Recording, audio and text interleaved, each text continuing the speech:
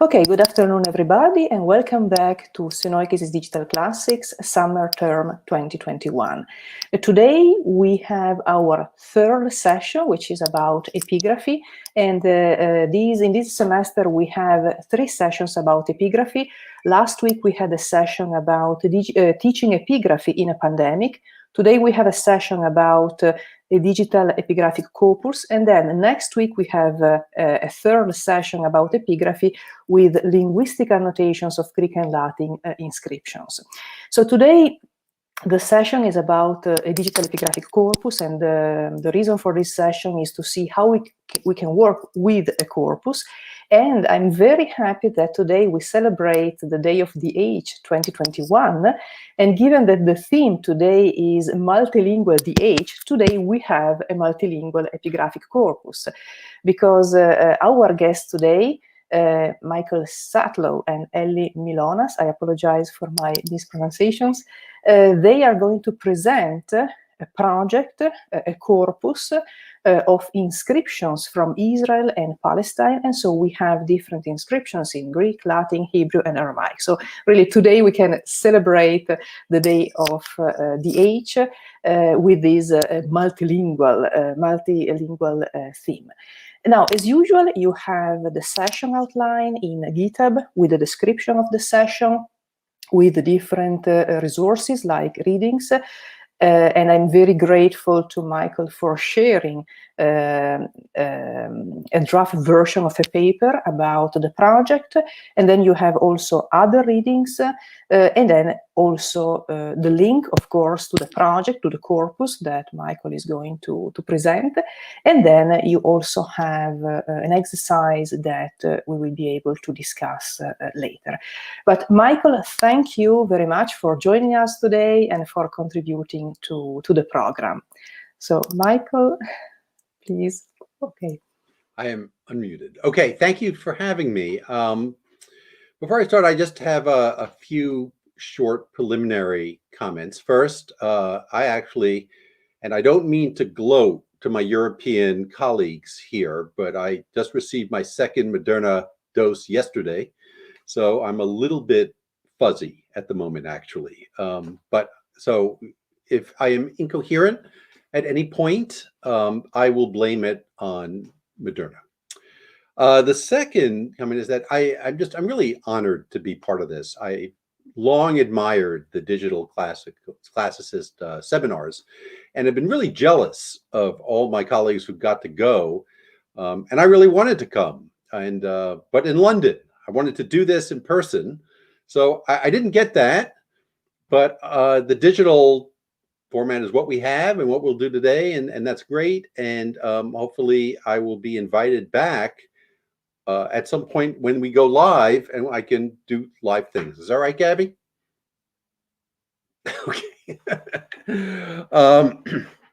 So, and the last thing is that when I discovered, I've never used StreamYard, and I discovered that when I share my screen, all I can see is my screen and my slides, which is really just a little bit disconcerting.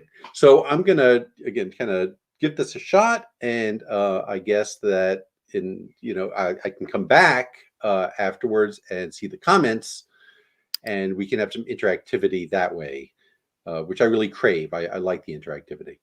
So, but in the meantime, I guess it's just me looking at my screen and the camera from my basement rather than from London. Yeah. So I'm going to share now and go into this project. But in any case, Michael, we can help if we get comments. And please, I see that we have people on YouTube. We have now 12 people. So please, if you have questions, use the chat. So you can write your question in the chat.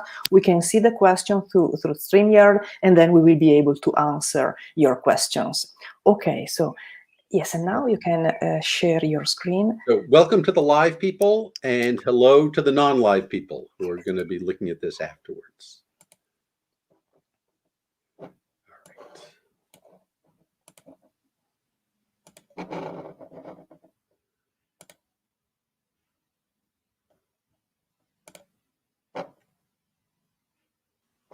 Okay, excellent. We have your screen. Yes. Okay.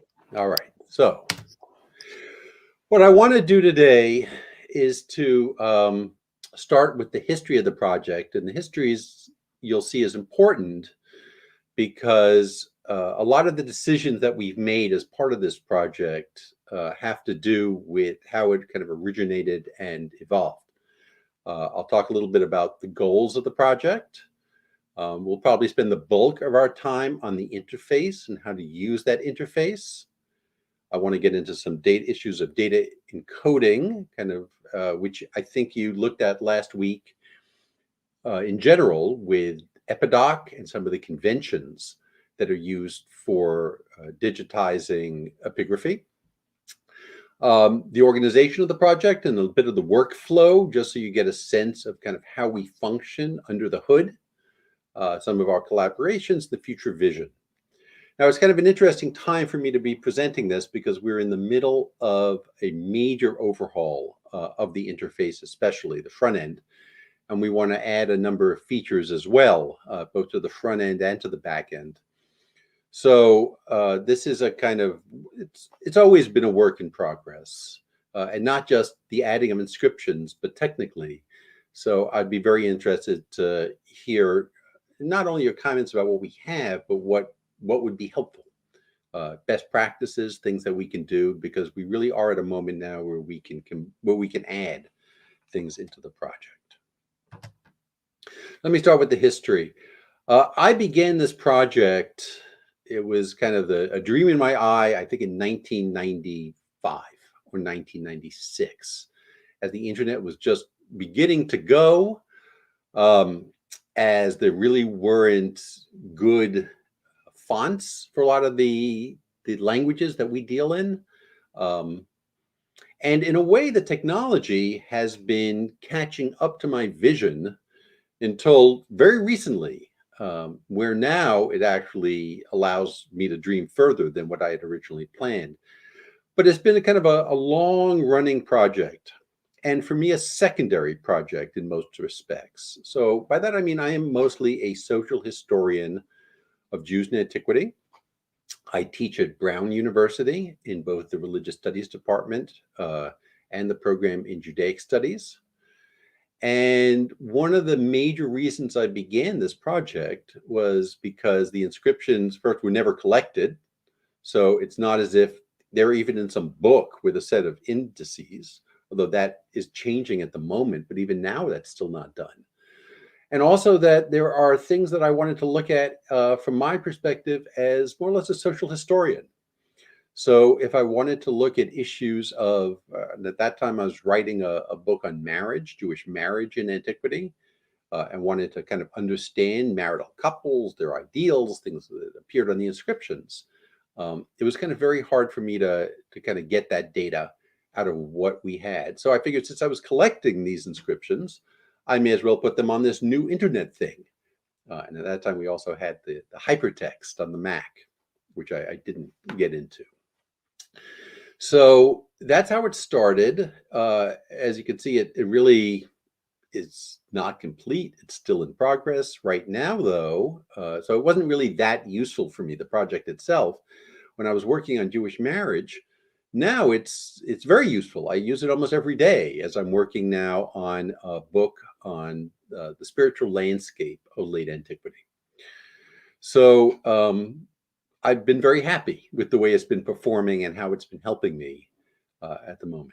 So what I mean to say by this is that this is not a site that was designed by epigraphers for epigraphers.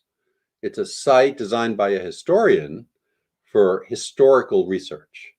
So, well, of course, you always hope that it will have a wider audience among epigraphers, among all kinds, classicists, and other people looking at cultural heritage. The truth is that the decisions we made were often and continue to be historical decisions, things that I think will be useful for me.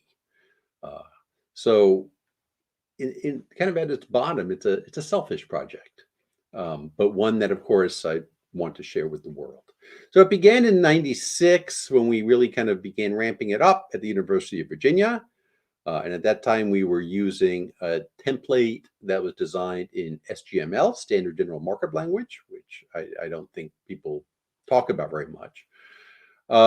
I moved to Indiana, took the project with me, and made minimal progress. But since 2002, it's been at Brown University under the auspices of the Center for Digital Scholarship, which is part of the library. And they've been very generous in kind of hosting and supporting it. Here you can see our main library, the John D. Rockefeller Library. That's the picture. So Elli Mylonas, who is not here as part of the presentation, but might actually be listening, is our technical director and is part of the Center for Digital Scholarship, which has been really crucial, instrumental in this project. So the goals. So there are three major umbrella goals. First, what we wanted here was a searchable collection and not an edition. So if you've dealt with epigraphy at all, you know that editions involve kind of rereading the inscriptions, commenting on the inscriptions, fully treating the inscriptions as epigraphers. So one of my kind of great visions here is to kind of lose the single-voiced nature of a commentary, to put a text out and allow a kind of organic commentary by a community of experts to grow around it and to be visible. And for that, rather than doing a full new edition, aside from the point that I'm not qualified to do such a thing, what I wanted to do is use base texts. So we've been collecting things that have been published hither and yon, and there are maybe 8 to 15,000 different inscriptions. A lot of these are really tiny that have been published already, and to kind of just collect them, get the base texts up and running with their associated data, and to then begin to build on that base. So we're making a collection, and that what that means is that the collection, there may be readings that need to be revised, but of course that's one of the beauty of digital epigraphy, that one can simply revise it, and it's it's almost instantaneous, and people can see it, and you can make little notes about what you're revising, why, how, and the like. The second is public accessibility. So one of again, our big goals is not to put this behind a paywall. We may end up, and now we do not have any registration system. We may end up putting in the registration system, but only so that people can kind of save their work, do various things in workspaces, and things like that. But it's really important to me that this, and really all scholarship, be as open as possible. We have a very robust and well-working API. We keep all of our data also freely accessible on GitHub. So anybody who wants to use this data can do that. There are certain copyright issues, especially around images. And I will kind of get back to talking a little bit images in just a second. But otherwise, it is a lot of it's about reuse. Take it, use it, do things with it. That's kind of our motto here. Try to make all of our code, we try to make open, publish, make accessible. So everything we do. And the third is scholarly analysis. So we have, I talked about accessibility, but we also have kind of a public face, and that's a cultural heritage face. So we would like to be able to bring people in to use inscriptions as a kind of teaching tool and a publicly accessible, a hook. Get people to see larger issues. If you look, for example, at the picture, right, we have a 7-branched candelabra, a menorah. There's a shofar and a lulav. This is a synagogue inscription. There's a story behind this, and there's a story behind all inscriptions. I particularly am drawn to epitaphs, grave inscriptions, simply because there are stories behind. There are real people, and that's what has kind of motivates me. And it's trying to get at that. We're trying to use that at least as a window to get into these lives that I find particularly really inspiring and exciting. So that's one part, but the other part is more a little drier, scholarly analysis, and we want to do that in different ways. So we want to facilitate textual analysis in different ways, especially through searching and various combinations of searching. Geographical analysis, plot things, right? You can select a series of different criteria and you can see densities. That will work better once we have a bit more in the database. We now have about 4,500 inscriptions in the database. A problem with that, obviously, is that a lot of these inscriptions, we don't know where they're from exactly. They show up on the gray market. We get them. We have to give very general kinds of geographical limits to where they are. Visual, as many pictures as we can get. As I said, that's been a little bit of an issue because a lot of these pictures and a lot of the inscriptions are held by the Israel Antiquities Authority. I've been talking with them. They're very nice, but they are pretty overwhelmed, and it's somewhat hard to get the images that we would like to get. And we are working on different ways of getting those images as well. So that's going to be a long-term collection process, and we hope that people will contribute images. And if you have images of ancient inscriptions that fall within the boundaries of the database, I very much encourage you to be in touch with me and to contribute those. Lexicographical, I'll talk about that a bit more at the end. So here we're working on dealing with the words. Inscriptional, the language of inscriptions is sometimes different than kind of normalized language in any of the languages that we deal with.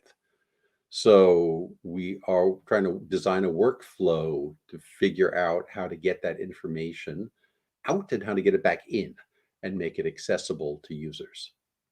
And then content. And again, this was originally what I really wanted to do. For example, names. Right? We want to kind of take, are these Jewish names? Are they Christian names? Do we have Christian parents or Christian names of parents, but with Jewish children, names of children, male, female? Once you get all that information in, and we're not even close to getting that information in, that's down the road for what we want to do. But it's very important for us because it will give you a whole different level and ability of being able to search these inscriptions and to manipulate them. Let me start also with some of the challenges of this. So first is the character sets and right to left encoding and processing. We work mainly, but not entirely, in Greek and Latin, which, because this is a classic seminar, I'll be presenting most of my examples, but not all of them from those languages. And then Hebrew and Aramaic. Some of the inscriptions are bilingual, right? They have both. Either mostly it's going to be Greek and a word or two of Hebrew, or something of that nature. And that has created different encoding issues and problems. I think that we've, especially Elli has done a wonderful job in figuring out how to navigate those problems. And I'll give you some examples at the end of kind of what we do practically to get around those. And of course, the technology has also made it easier as that's evolved. In a project like this, which is not well funded, we always have this idea, shifting venues, shifting people. We get a lot of our people who work on the project are students. They come through, they work for us for a year or two, or maybe a little bit more, they leave. As soon as they come up to speed, and there's quite a learning curve to getting up to speed, then we have to start again. So that creates a set of challenges. If we want to use, as we do, articles written in different modern languages, whether it's modern Hebrew or German or French, we need people to be able to read those articles and parse the information out and code them. So that's been a challenging thing as well. Shifting standards in software. Sites break. Our site breaks more than I would like it to. And that is because there's been some upgrade somewhere along the workflow process, something in some server or some security issue that had to be updated, and suddenly some pipeline shuts down, and now we have to kind of redo it. I told you I started in SGML, but then we ended up in XML, and then we moved what Epidoc. We're kind of among the first users of some kind of Epidoc structure, schema, although we kind of adjusted and became a little bit more Epidoc compliant over the years as Epidoc began to do what I wanted it to do. Funding, as I said, we are challenged with our funding. Right now, we do have funds from a private foundation to help us upgrade our server, and we're very grateful for that. We have some internal funds, occasionally get a grant here or there, but that's also always been a challenge. So if you are thinking about creating your own site, be prepared. Not that it's bad, I'm not discouraging you, but be prepared. Okay. So again, I wanted to focus mainly today on kind of the search interface, which I said will be changing. But you can see that our current search page is really divided up into three sections. The first is a map, a geographical entry point, so you can go into inscriptions that way. The second underneath that, well, with a slider for the dates. Then you can also access it through the facets of different things in the first green box. And the third are certain different kinds of textual searches. So here you input strings of different kinds to get what you want. Right now, the search page takes a few moments to load when you first get to it or when you reset, and you kind of have to wait until it populates to work. Hopefully, we do want to speed that up, but that's an efficiency issue. Okay, so I thought the best way to kind of just get you acquainted with this, which I think is a relatively intuitive thing, is just to go through some of those exercises I gave you. And here, because at heart I'm kind of suspicious of technology, I embedded videos of how you would get to certain things. So I'm going to be talking over them, but they're going to be kind of playing on their own, and hopefully this will work. So here we're looking for kind of Jerusalem, Christian, and Greek, and you'll see I'm going down here the place. We're finding Jerusalem. Our places, by the way, are linked to Pleiades. And you'll see everything repopulates. So you'll see how many inscriptions of each kind are in Jerusalem. And then we're going to Christian and search Greek. And here we have how many we have yielded up top. I just want to kind of go into one and to show you what that looks like. We have a diplomatic transcription where we have one, the edited transcription, and an English translation. And then from every page, you can also get to the XML page. And here again is I just went down to the text itself and how it's marked up. And I'm going to get back to that, talking about our markup for these texts. Okay, so as I said, our places are linked to Pleiades. We use also a gazetteer in terms of our place names. There's always an issue with place names because places have modern names and they have ancient names. Always a little bit tricky. I should comment about the religion. Religion makes me, I don't know, gives me a little bit of heebie-jeebies because inscriptions don't have religions. And the people who put them up, some of them are very clear about their religious or ethnic identity as Christian or Jewish or a Roman administrator. They have either crosses or they'll have a menorah or some other such thing. But a lot of them are not. And it's a little bit tricky to try to intellectually to kind of pin an inscription down as this is a Christian inscription or this is a Jewish inscription. So I use that term with some hesitation. We've just encoded it according to the way it's been identified by the editors who published it. But there should always be some suspicion about that category when it comes to denoting an inscription. Okay, and here we're looking for all inscriptions from Jaffa. There's a beautifully preserved Jewish cemetery from Jaffa.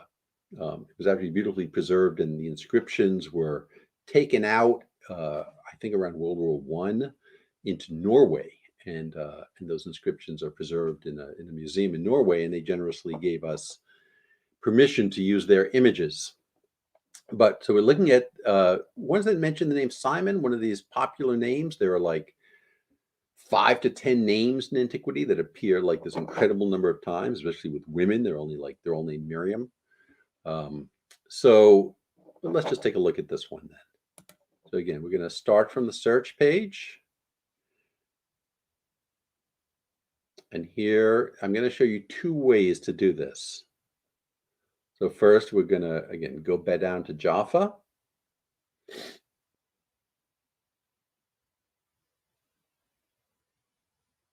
We're going to wait for it to repopulate.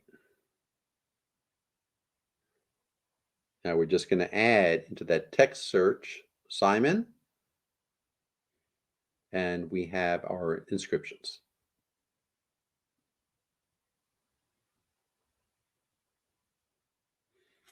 You can see, by the way, our results page, this is something that we really want to upgrade because I think it would be a lot better.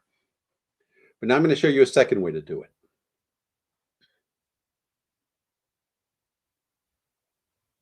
And here we're going to start with all inscriptions. Here you see we have 2 text boxes. One is the text in the edition, or here you can also use Greek or Hebrew. The other one is metadata. But here now we have every inscription that mentions Simon, but now we're going to limit it. And you can kind of see where they're all located. And now we just limit it to Jaffa.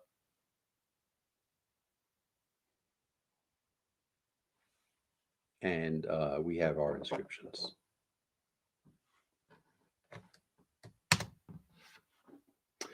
And then the Christian one God. One God is actually an interesting expression because often the one God inscriptions are thought to be, especially in the land of Israel, Palestine, Samaritan. But some have been identified as Christian, so just for the sake of argument, we'll accept that and just take a look at these. Again, I'm going to start with one God, which is mentioned in the text. And here they all are.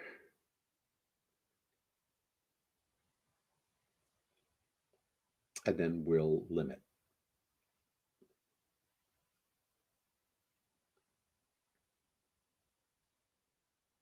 And we get our inscriptions.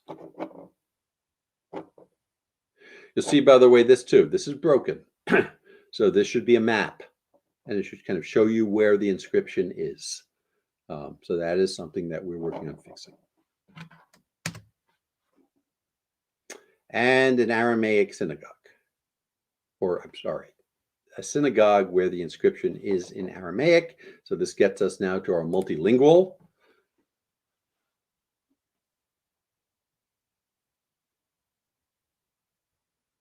And here I can look on the types. I don't really see synagogue there, so I'm going to put synagogue here in the metadata field.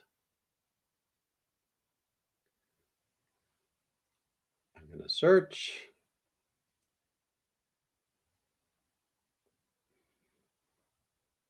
Now I will limit that to Aramaic. And here's the number. But then let's go into one. Let's check that out. So this is one for which we have an image.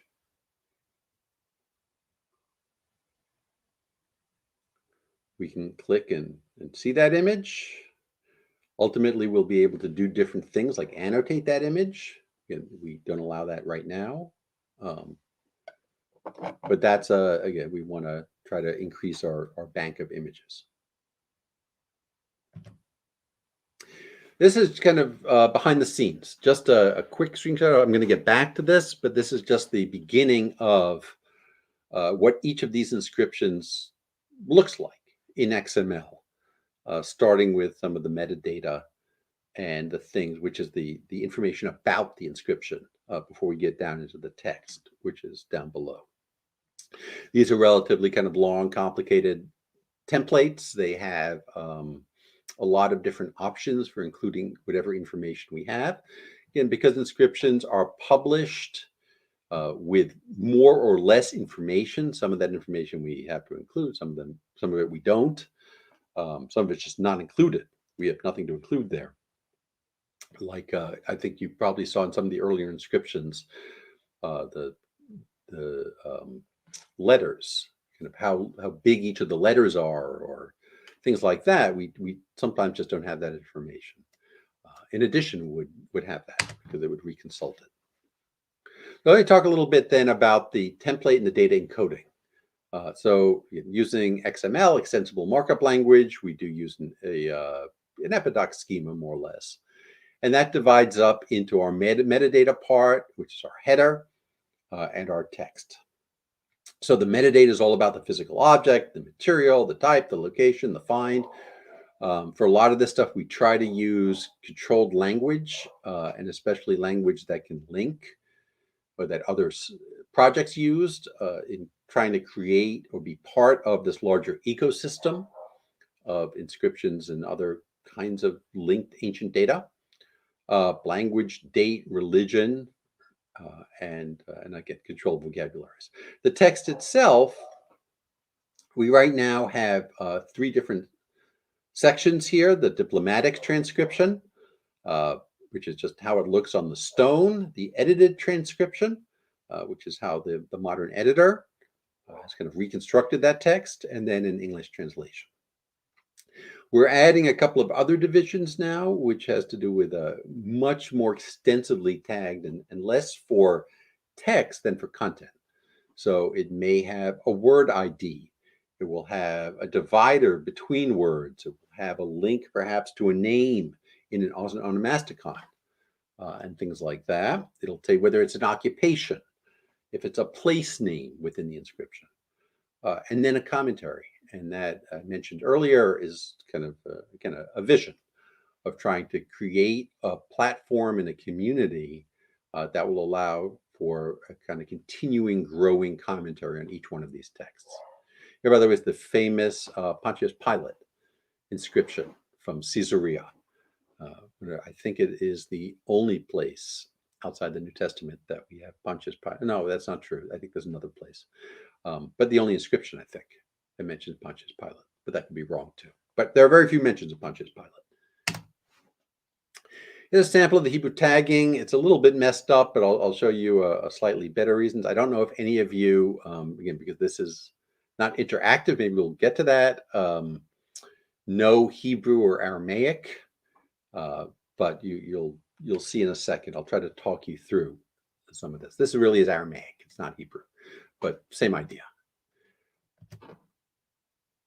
So here you see 2 views of the same inscription, which is this synagogue inscription, this Aramaic synagogue inscription from Sepphoris, which is a great site. If you're ever in Israel and you have a chance to go to Sepphoris, which has been kind of reconstructed as a national park with all of the excavations there, I would really highly recommend it.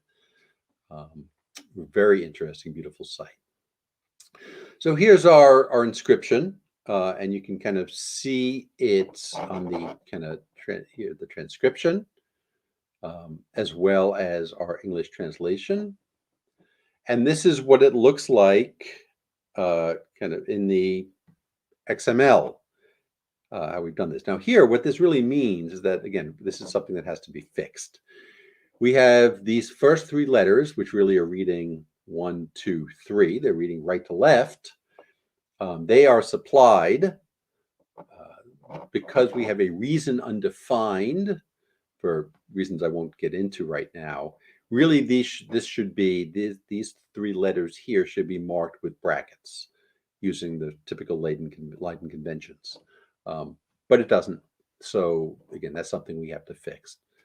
And then again, we have, the gap. So the tagging is going left to right, but the words going right to left. So you're not, there are certainly, we can rise to that challenge by reading our Hebrew in essentially left to right. But boy, is that confusing for people who know the language. We do our encoding, for better or worse, right now in Oxygen XML, which is a proprietary XML editor. So this is just, we have designed, and again, I'm very grateful for Elli to doing this, a template that will allow our encoders, again, many of whom are students, they're certainly not XML editors. Most of them, this is the first exposure they've had to any of this kind of markup language, to try to make it as simple as possible. So you just see, let me bring you through the template.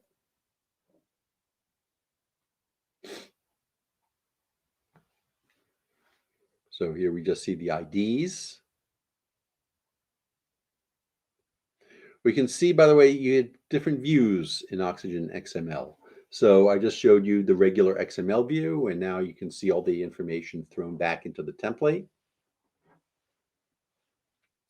For some reason, it kicks down toward the end. So here are the different places that we can kind of, again, our encoders will fill in. So these will have, the controlled vocabulary will be part of these things. You pick, so it makes it a little bit harder to mess up. The description on the inscription, which we might try to automate from the other material because it really just contains information found elsewhere. But right now we don't automate that. Any kind of physical description of the stone, this is all metadata. The condition of the stone, right? Is it whole? Is it a fragment? Any kinds of details, the layout of the writing itself, what kind of writing is it? How is it tessellated? Is it chiseled? Is it etched? Although these are kind of vague terms. Decorations, again, we want to create a controlled vocabulary for decorations, but we don't have that yet. The dates and the time periods. Here we use Periodo to link to our time period. So again, we are part of that ecosystem of different eras. Again, more information. Here are revisions. Anybody who touches the inscription is supposed to log it. Whatever images we have.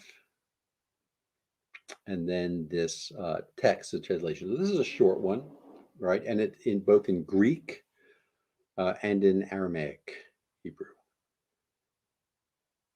If we go back to the XML, down to the text, you can see the XML for the for how we kind of deal with that. And you can see that there's a foreign tag in there to show the to let the computer know that we are switching into a right to left language, Hebrew, and it kind of knows how to do that and how to format it differently when it displays.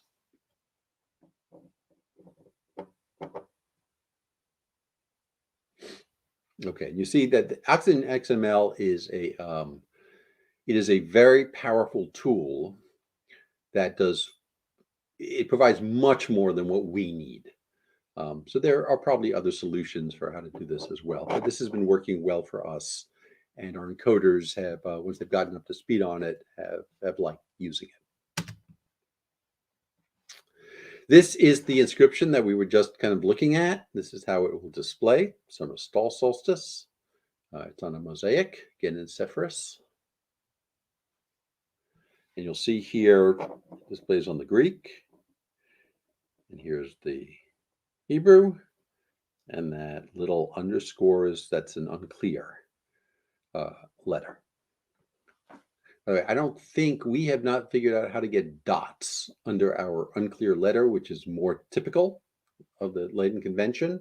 But if that's easy to do, I'd be happy to know, because I'd prefer to have them as dots rather than underscores. Okay, Our organization and workflow, again, I direct it. Elli is our technical director. We have always tried to hire somebody who really does kind of the day-to-day work, and that's Chris Zeichman now. So before that, it was Guy Lemby. They've all been fantastic, and they've done wonderful jobs, just kind of managing, getting inscriptions in, just the day-to-day work through of this. We have it often an encoding team of students. Most of them are undergraduates from Brown.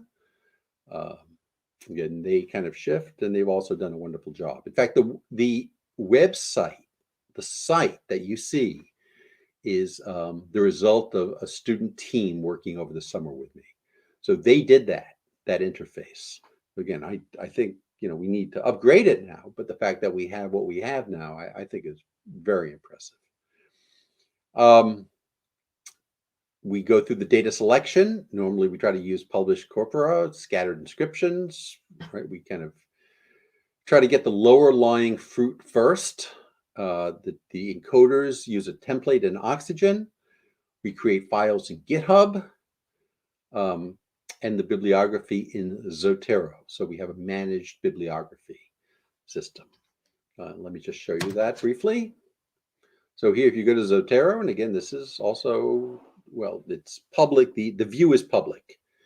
In our IIP group, you can see kind of all the bibliography that we're using. Right now, the bibliography is almost entirely editions. That is what we've taken, kind of from where, and to properly give it attribution. As we get into commentary, we're going to think about, well, things that mention the inscription. Where's the inscription appear, which is more typical of commentary on inscriptions, and that will also add into the Zotero database.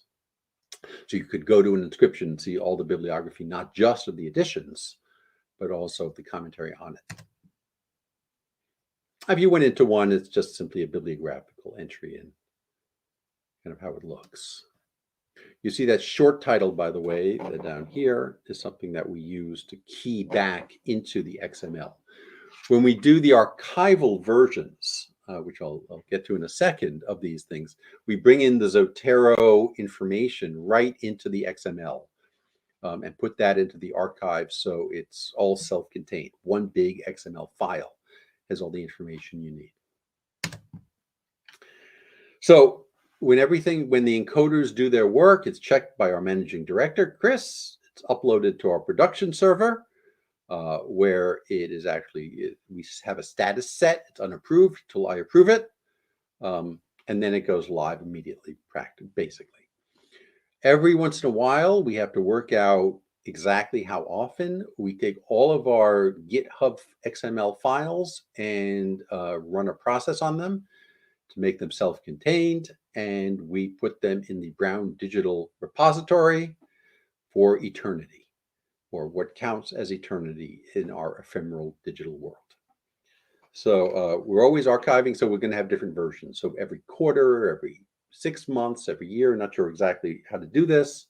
Right now, there'll be, version 2, version 1, version 2, version 3, and so on. So you can kind of check at any one of those version days, go back and take a look. And we are, as I mentioned, very big into public accessibility, enabling APIs. We have a canonical URIs, which means, just simply a web address. Every inscription has its own web address that is set. So if you actually link to it, it should not disappear or change. We are part of the Eagle and other inscription collections. We link to Pleiades. We are part of the Peace Consortium. That's a portal for epigraphy, archaeology, and conservation of, I think, epitaphs? No. Anyway, it's funerary. I forget exactly. It's being run out of Utrecht, and we're a partner in that as well. And we try to use metadata and controlled vocabularies. For example, the Getty thesaurus for the vocabulary of the kinds of types we have. Not a lot of people are using this, but if a lot of people do end up using it, we can actually be easily linked as part of the semantic web and pulled into these different kinds of configurations of data and use and reuse. We are beginning to get involved in thinking about names on onomasticons. So kind of a list of all the names that appear to tag them. There is in process a team that we're kind of in communication with that is looking to take especially Tali Lan's book of Jewish names in antiquity and to kind of put that online to make that digital version of that, each name with its own identifier. And then again, we are continually looking for and trying to add images. Maybe we'll go to video too. I'd like to do that. So again, our future vision, what we're working on very actively right now is a more attractive interface. Not by public accessibility here, I also mean much more what I mentioned at the beginning, which is to make it more attractive to non-scholars. Have a site where somebody can come and poke around and get new ideas, and it would be enriching in different ways, because this, of course, covers also the time period, covers the formation of Judaism and Christianity. It is, I think, of kind of special interest to a number of people. Developing this collaborative commentary, and right now we are working much more on the lexical analysis. So we're working with teams, or just beginning to work with teams to kind of take our words, every word that appears, or at least every word that's a real word, and to subject it to lemmatization. What's the base word, the dictionary entry of the word, and morphological analysis. Noun, verb, part of speech, first person, second person, case, declension, whatever. So there are different programs. People are working with this with natural language processing in Hebrew and Aramaic. There's one team, and then Greek and Latin are two separate teams. So we've been talking with them, and we hope to be able to do this, and then also to try to incorporate that into our workflow, so that as future inscriptions come on and we have new words, or the same word again, we can somehow link that up too. Because once you have all those separations, you can do all kinds of other things with it. So whether it's a matter of more easily searching by dictionary entry rather than as a string, or linking it to other texts, I mean, there are all kinds of things we want to do. And then the content tagging, which, as I mentioned, is also particularly important for my work. Do we have an office mentioned? Like this morning I was looking at deacons and presbyters in these inscriptions. So if I want to get all Christian offices, I can't do that now. I would have to actually tag those. But that's something that we have on our agenda to do. So that, in brief, is kind of where we're at and where I hope that we're going. Thank you. And if you want to join our project, I'm happy, of course, to take questions and comments now, but please feel free to reach out to me. Thanks very much. Okay, Michael, thank you very much for your presentation. And okay, oops. Yeah. Sorry, Gabby. Okay, so thank you. It was great. So I have before we open our discussion. So can I ask you to share through the browser the page, the search page of your project? I understand that you okay. So because the slides were great, the screen was a bit small. So maybe we can just have a look at the main page of the search page, because I think the search page is very interesting for the vocabulary. Then we don't have to search for inscriptions, but just to have a look at it, because there are many things. I don't know, Michael, if you want to share your browser. Sure. Give me just a minute to yes. get that up. Yeah, sure. Take your time. And in any case, in the chat, I put the link to the project. And you can find the link, of course, in the class outline, and also the link to the search page. Because, okay, okay, here it is. Here.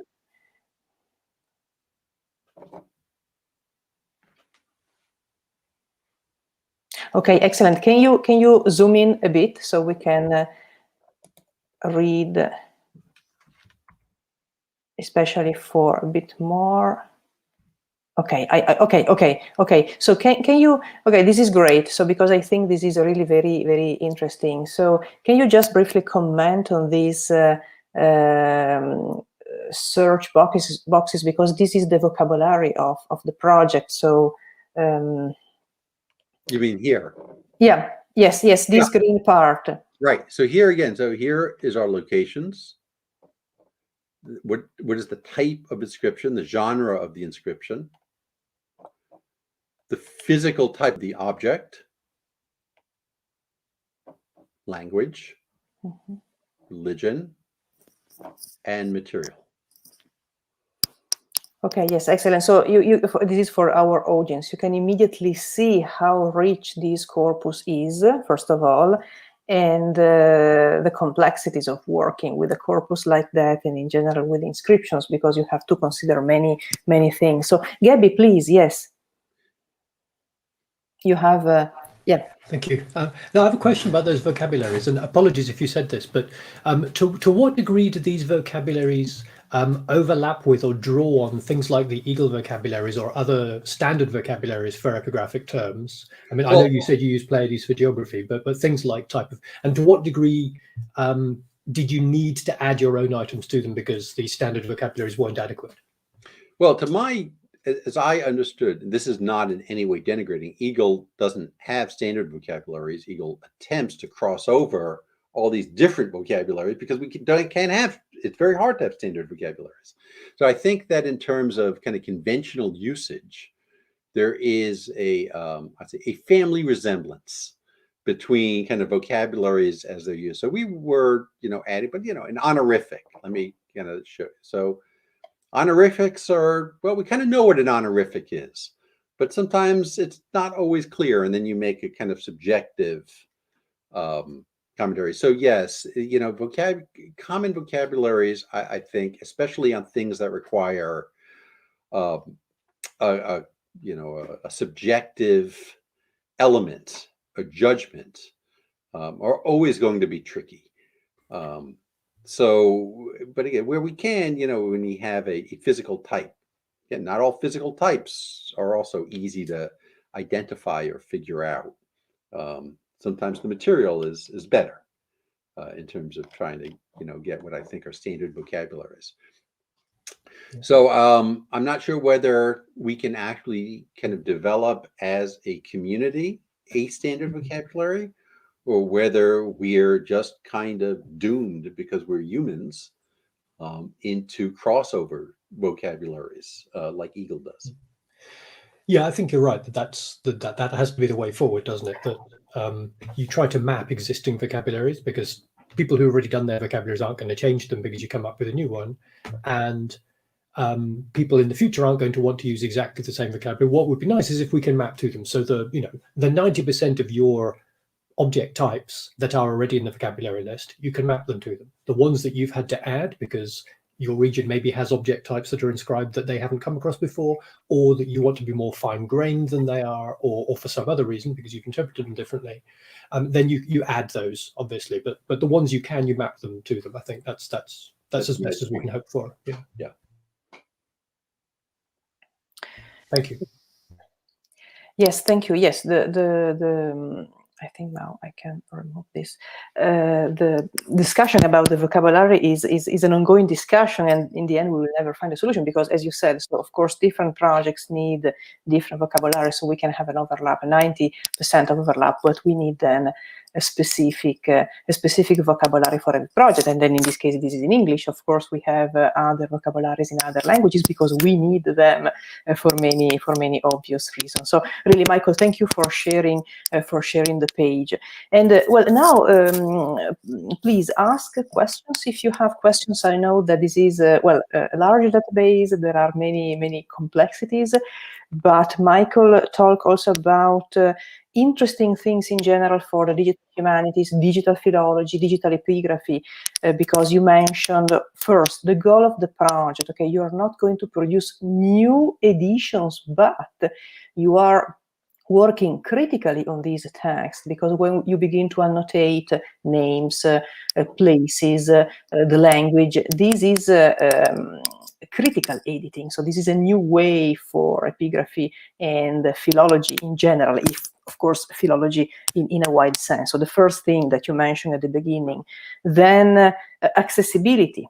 Accessibility in free, open access, free access to the corpus, but also data accessibility, and then many other things. But I begin to see a comment in the chat. Okay, so I can show. Okay, we have a first question. We can see that on the screen. Yes. Okay. So let me just take that. We do have bilingual inscriptions. How often? A decent number of them. They are. I presented one of them, so you could see. In that one, this was simply a label on a mosaic of in the spring solstice. If you remember that inscription. So that was you start out with the Greek and then with an XML tag, foreign, that we have to turn on the right to left kind of capabilities. And then we, can kind of come out of it that way.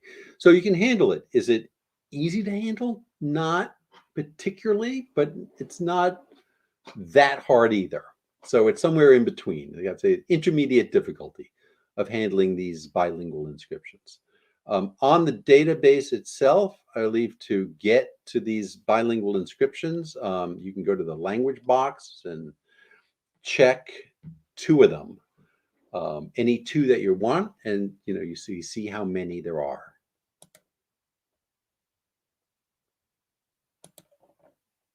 Okay. Yes, thank you. Yes, well, for encoding challenges, I think that today we can represent, we can encode bilingual inscriptions. We have maybe more challenges when we want to align the 2 texts, because of course we have to deal with different languages, and we know that the textual and translation alignment works. So we can encode, we can produce these alignments, but there are many issues. Of course, we can represent the alignment, but then there are many problems concerning the criteria we use, and so the documentation is important in this sense. So yes, so okay, so other questions. In the meantime, I go through your presentation, mentioning also other interesting problems. Well, accessibility, definitely. And accessibility, you mentioned images. This is a very important topic today. So how can we access images of monuments, inscriptions, etc.? How can we use these images? This is very important, especially for our students. Because if we have a problem of finding images, on the other side, we have many images online, but what can we do with them? Can we reuse them or not? So please, this is important also in general for all of us, but also for our students. So when you find an image online, always check if you can use it, if there is a license, copyright, or other things. And when you look for an image, you can, of course, today ask for images. There are different institutions, archives, museums, etc. They provide images, but of course, there are many limits, because many times you have to pay a fee for getting an image for your personal use, for our scholarly use, or if you want to publish the image online or in a book, then you have to pay another fee. So there are many, many issues, and in general, collections, corpora, institutions are working a lot. But you always have to be very careful about images and how you can use them. So I think this is very important in general for many projects, not only for epigraphy. Okay, I know there are students here without a background in epigraphy, but this is valid for any other kind of image you want to use, especially for images of historical documents. So this is one thing. So where we can have questions. And then another important thing, funding. Funding, of course, is a well-known issue today. And you mentioned that you have shifting people. Yes, of course, this is where we are today. And I think this is important. So when we plan a project, we have to build the project knowing that we will have shifting people, okay? So people, they come, they produce something, and then other people will come, maybe no people, maybe for a period of time. This is important in general for sustainability, okay? We have many opportunities today, but also in the best situation, we always have to consider these aspects. So to produce, to have a workflow for people coming and leaving the project, and this is important, especially because in general, our mission is to preserve our heritage for the future. So I think that these issues are helpful for us to produce a project, especially digital projects that are never-ending projects, because we have so many possibilities and many desiderata. These issues, I think, are helpful to build a workflow that can last for a period of time, and so other people will be able to work on our data. So funding is another interesting thing for the sustainability of our project. And then so I was happy to see that you used the periodo, okay, vocabulary, and then you mentioned also zotiro.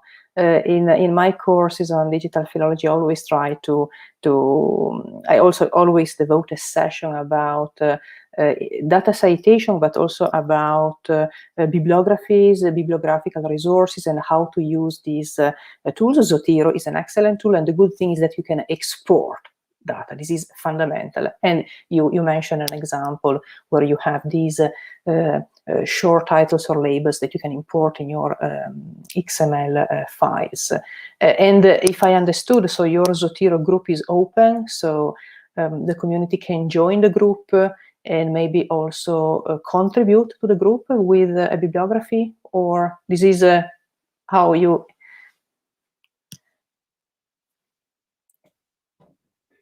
In terms of contribution, no, not directly, because that, again, now that is right. So that becomes very tricky, and I'm really interested to hear kind of how we could deal with this, because it's a matter of course, trying to control the integrity of the data. But in terms of looking at it, sure. I actually have I mean, I just went and got the link online, but I'm not sure how to post it in this system. Can I post it to comments? Yes, of course. You can post it so we can have... Yes, this is... Yeah. Sorry? I don't see how to post it to comments, but I'll send it to you and you can post it to comments. How's that? Okay. Yeah, I think only Monica can post it from in. Okay, because... yes, in you have to post it through YouTube. You're right. So 1 second. Okay, I have it. Sorry. Yes. This is, oops. Okay, here we are. Okay. Yes, this is okay, now you have the link to the Zotiro group. So this is usually the goal of these groups. So you can join these groups and you can access a bibliography, which is fantastic, because here you have really selected the bibliography about this project. In terms of contributions, of course, if you contribute to the project, then you can contribute, because otherwise the risk is, of course, not to preserve the integrity of this bibliography. But anyway, Zotiro is fantastic in this sense, and the good thing is that you can export data according to specific formats and then reuse data. Okay, other questions?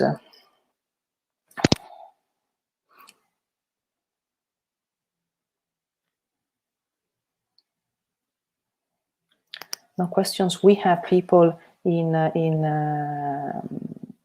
YouTube.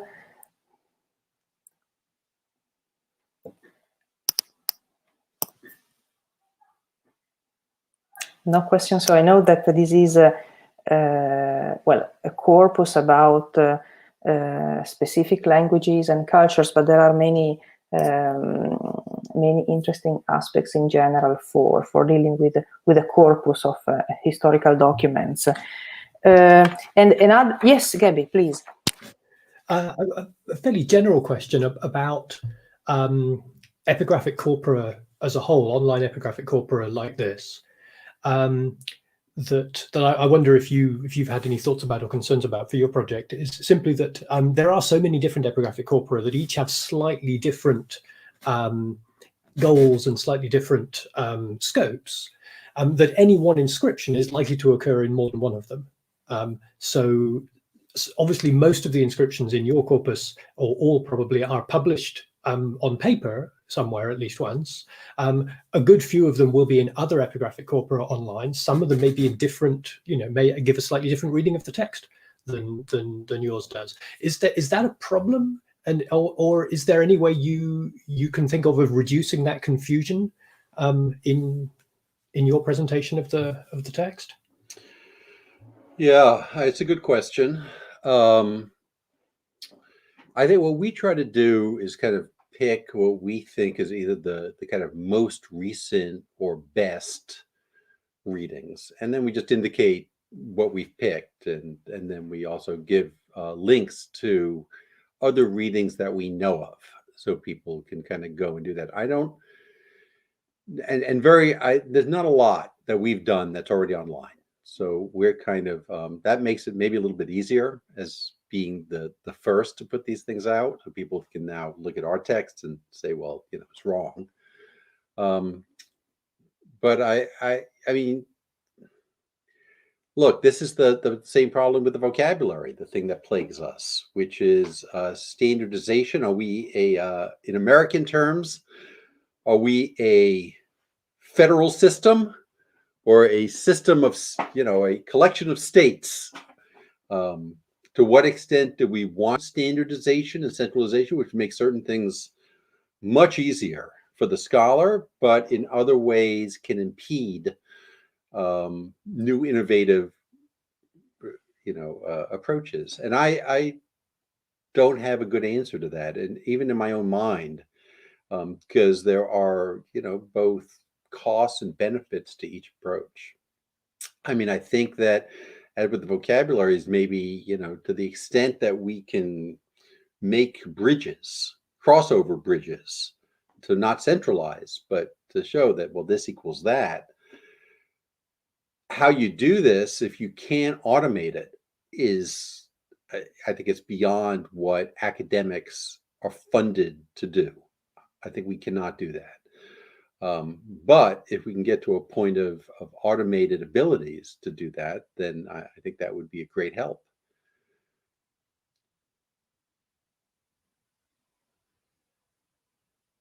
I'm just thinking of the example of one of your inscriptions. So I would bet that the Pilatus inscription is in Klaus Slaby, for example, or in one of those other big, quite possibly taken from your website, because that's how they get a lot of their inscriptions. If they're online already, they can copy and paste them or script them in very easily.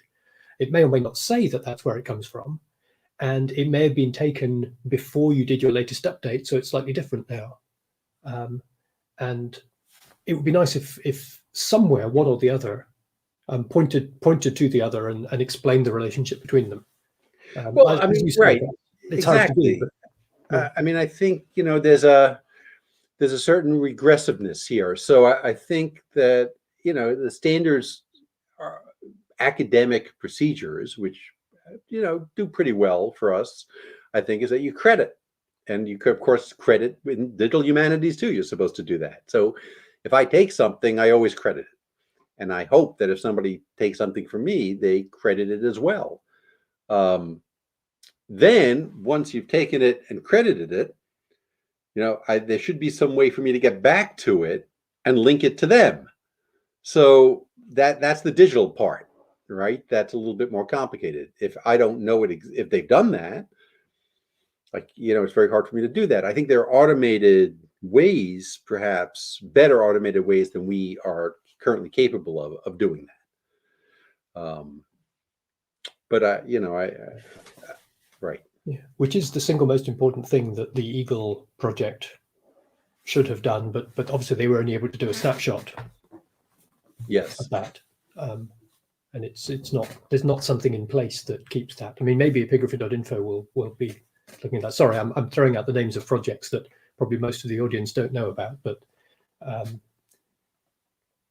yeah, there's various people out there thinking about how to better link between all the many different epigraphic corpora out there and consolidate between them. And the 19 corpora that all contain this one inscription.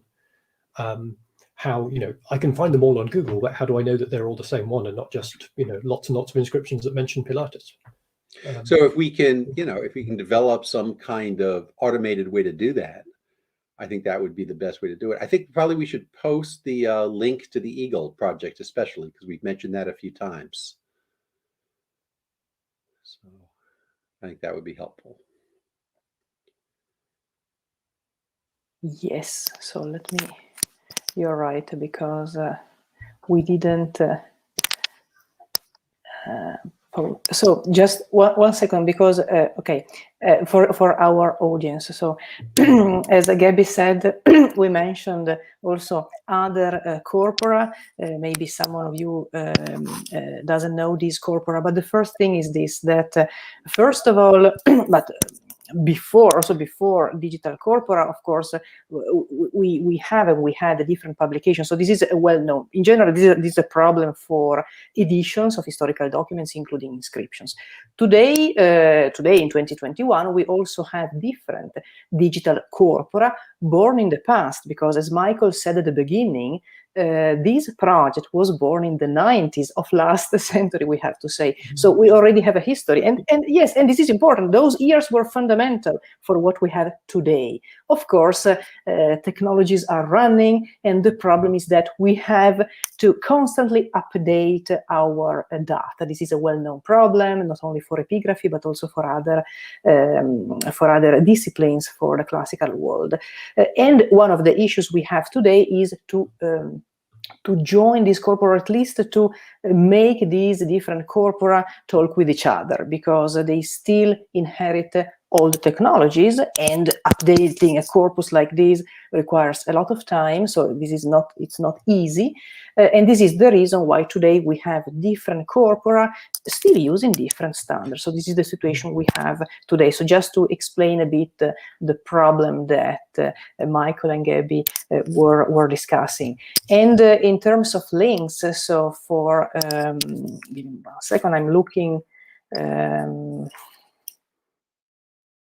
okay, Eagle. Okay, I'm adding, okay, the link to the Eagle network, which is certainly, well, a network, a consortium, and this is an acronym for, oh my God, Eagle Archive of Greek and Latin Epigraphy. Yes, thank you very much, Kevin. So we have so many acronyms in our projects, and then we mentioned also another project. Sorry. So I'd link to epigraphy.info. Epigraphy.info. Yeah. Exactly. I'm looking for the link. Okay. It is exactly HTTP epigraphy. Yes, exactly. It's easy. In this case, it's easy. Yeah. Okay. And definitely these are two reference resources for this discussion. And then and within Eagle, there are many projects, different projects that whose mission today is to try, okay, to join efforts and to use the same standards, because of course this is a problem. And for example, with the vocabulary, this is the same thing. So if we have different vocabularies, how can we link them? Okay, considering, and with epigraphy, but this is the same with papyrology, the problem is that we also have not only digital data, but we are also converting printed data into a digital format, into a machine-readable format. So we have two levels, two layers. Okay, so the philological printed contribution, and then the digital contribution. So there are many issues that we still find today, but this is where we are today in 2021. And but anyway, so this is a well-known issue in the community, and this is valid for many other data sets in other disciplines, I have to say, considering also that in this case we deal with different historical languages. So there are many other issues concerning also character encodings, etc. So there are many complexities. But today we have many corpora online, and this is the reason why today we wanted to discuss about digital epigraphic corpora. And this project is definitely an example of a very rich corpus with many complexities, and the multilingual corpus. And I'm also very happy to see that your students contributed also to the website, okay, not only to the inscriptions, which is really great. And there is also another question now, because how do you integrate these corpus in your teaching? Of course, if you teach epigraphy, you have a fantastic corpus, and your students, they can work on this corpus. But in terms of digital data, how do you evaluate their work when they contribute to this database, to the website? I know that there are also stories, very interesting stories in your website, where you build stories about these inscriptions and the names and events mentioned in these inscriptions. So how do you integrate this work, and how do you evaluate this work in your courses, Michael? Right. This is not part of any course that I teach. We actually at Brown, especially, we don't, as you know, the system is different, and we often don't have students who have enough students with those kinds of interests and language skills to really make this work for a course. So these are hired students. And a lot of the students who we hire don't know the languages they're encoding in. So, and then maybe that's even better sometimes, right? Because they can't correct things along the way, but they encode that way. So it's in terms of evaluation, it's an employer-employee kind of evaluation rather than a teacher-student thing. Are you doing the job? Are you doing it right? Are you doing it, in timely manners, and so on. Now, this particular, the stories were done as part of this team. We had there's just a program at Brown called a undergraduate teaching and research something or other. It starts with an A. UTRA. Talk about, right? We also have our acronyms. And it's a fellowship where they were with me over the summer, a team of about 4 or 5 of them. Some of them who were more kind of classics oriented wrote these stories, which, again, using an inscription as a hook to get at some larger issue, and that's kind of to seed the public outreach part of the website. We had 2 or 3 people really, who were trained in more computer science, who worked on the interface. And then, we had 1 or 2 other people as well working in different aspects of the site. So, we're able to kind of, all those people working together, this was an interdisciplinary team that were doing it. They were doing it over the summer. So Brown could pay them a fellowship to be part of this team. And that's, the kind of what we emerged with. So it was, I think that was, for us, it was excellent. It was a real sprint in terms of developing our website. The students, I think they liked it, and I think they had a good time for the most part. I think there were frustrations along the way. It was certainly a learning experience, but it was a different kind of learning experience. Okay, thank you. Thank you very much for your comments and for explaining a bit more about this and about the language. Yes, there are many projects where we need people without a knowledge of the language, because otherwise the risk is to produce mistakes. This is the paradox, but this is true because we begin to read the text. And then the other thing is that we see so many complexities that also the encoding in the end suffers. So this is a very interesting. Yes, Gabby, please. Michael, could you tell us a little bit about how you handle attribution for the various different kinds of contributors to the project? So we do it right in the XML, as I showed you the revision logs. Anybody who does anything into the inscription kind of puts their mark in there. So anybody who goes into the XML can see that. And then, of course, we have other kind of about pages where we talk about each person and what they're doing. I think that one of the things that I don't have a good handle on, probably haven't been as good as I should have been, or that we should have been, is kind of the people who go through, they pass through. So you have somebody who's worked on the project for 2 years. And now do you have a separate part of the website, an about page with the alumni of the project? I mean, everybody's contributed and they've worked hard to do it. And I'd like to acknowledge them somehow, but it's kind of hard to figure out how, especially because, we're on this kind of crossover between academic work and work for hire, and kind of how you handle that. So, I know that there's an ethos in general in the digital humanities where you attribute everything to everyone. I mean, everybody gets their, there's no free labor in a sense, but this is paid labor. So it's a little bit different in how we kind of think about it, or how I'm thinking about it. So I would also kind of welcome ideas about how to best handle that.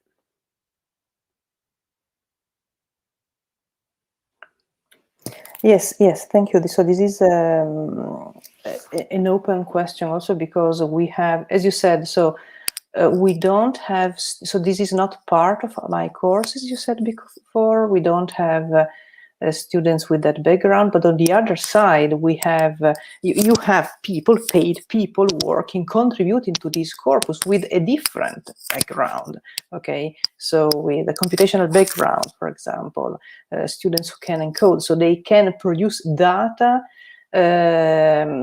without a knowledge of the corpus, which is a very interesting thing. But of course, we can credit them, but how?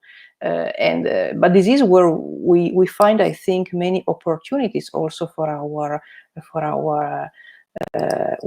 our corpora in general. This is at least my experience in my digital philology courses in Leipzig, where it's difficult to teach classical languages or problems, issues concerning classics to an audience without a specific knowledge of that languages. But it is possible because there are other issues that we are discovering, and so we can involve a wider community. And this is the reason why, as you said, Michael, you want also to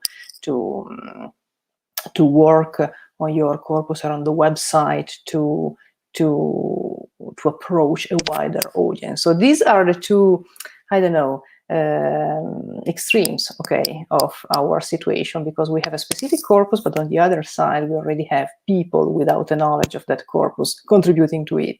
And so we are in the middle, and we have to see how to credit them, how to evaluate them, and how to involve a wider audience. Okay, so I'm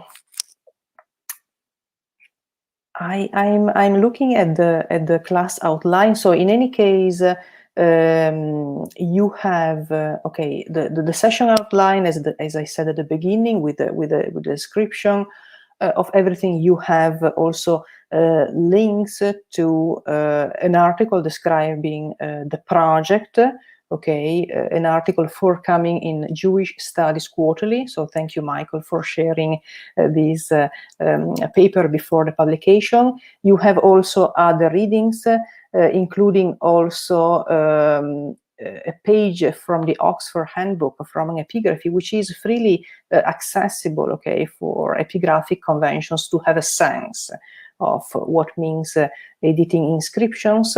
And then you have also the exercise where you can use the search engine, okay, of the project. And as you could see before, this is in English, so you can definitely search for inscriptions and get results, and also visualize places on the map. So epigraphy through geography, which is very interesting, and we have a clear description also of the exercise. Okay, so if we don't have other questions, and also our time is almost over, and I think, okay, if we don't have other comments, I think that our session is over. So Michael, thank you very much for joining us today. As you said at the beginning, okay, you got your second shot of the vaccine. So thank you for being with us today. We understand what this means, and we are also very happy for you. And but really, thank you, because this was a long session. Okay, so for our audience, next week we have our third session about epigraphy, and we will talk about linguistic annotations of Greek and Latin inscriptions. And Francesca Dell'Oro, she's an expert of epigraphy and computational linguistics, and she will show us how to annotate the language of inscriptions. And Francesca also knows this project, and she works with Michael. So we will have other the discussion will go on next week about epigraphy, and we'll see really opportunities concerning the use of NLP techniques and computational linguistic techniques for working with epigraphical data. Okay, so for today, really, thank you very much, Michael. Thank you, Gabby, for participating in the discussion, and see you next week. Okay, bye-bye. Bye-bye. Bye-bye.